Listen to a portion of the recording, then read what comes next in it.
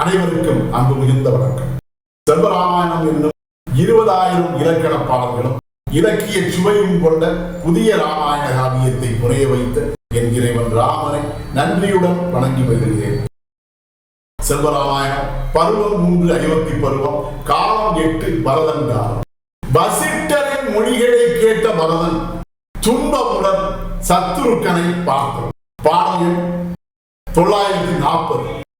கோணம் இல்லா மொழியோரின் கோணம் என்னும் சொல்லா பாடங்கள் பரதிரண்டே பரதன் உள்ளம் கொள்ள காணவேரா துன்பமெல்லாம் கண்ட உள்ளம் அல்லல் நாணமதும் கொண்டுடனே நம்பியின்பால் செல்ல.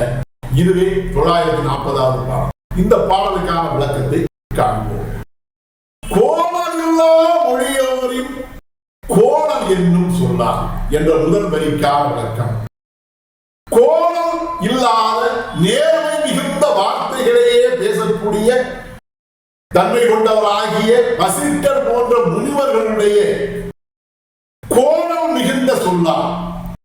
கோணம் மிகுந்ததாகிய நேர்மையற்ற அந்த வார்த்தைகளால் அந்த வார்த்தைகளை கேட்ட பரதனுடைய உள்ளமானது பாவங்கள் பலதிரண்டே பரதன் உள்ளம் கொல்ல, பல பாவங்கள் திரண்டு எழுந்து வந்து அந்த பரதனுடைய உள்ளத்தை தாக்கி அவனுடைய உள்ளத்தையே கொண்டு விட்டது போன்ற வேதனையை அந்த பரதன் அடைந்தான்.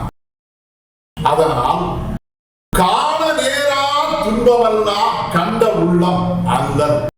இதுவரையிலும் தான் காண நேர்ந்திருக்காத, கண்டிருக்காத, அடைந்திருக்காத துன்பங்கள் யாவும் தன்னை வந்து தாக்கியது போன்று அவனுடைய உள்ளமானது பெரும் துன்பத்தை அடைந்தது.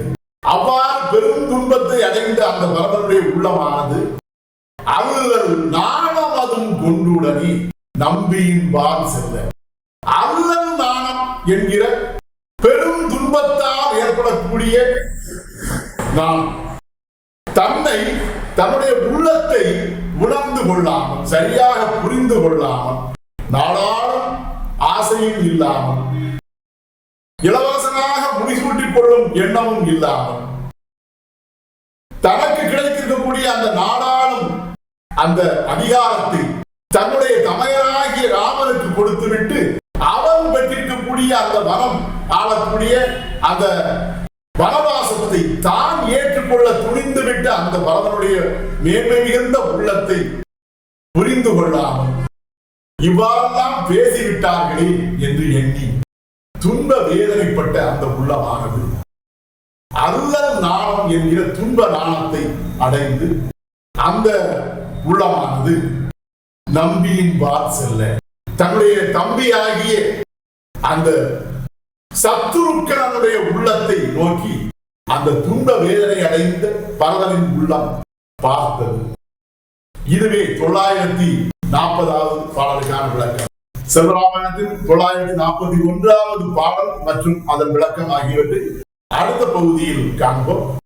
இறையருளால் அடியேன் இயற்றிய நல்லதோர் இலக்கியத்தையே செல்வராமாயண காவியமாக உங்களிடம் தொடர்ந்து வழங்கி வருகிறேன். உங்கள் அன்பையும் ஆதரவையும் தொடர்ந்து தந்து இந்த புதிய ராமாயண காவியத்தை அனைவரிடத்திலும் கொண்டு சேர்க்குமாறு உங்களை அன்போடு கேட்டுக்கொள்கிறேன். அனைவருக்கும் நன்றி, வணக்கம்.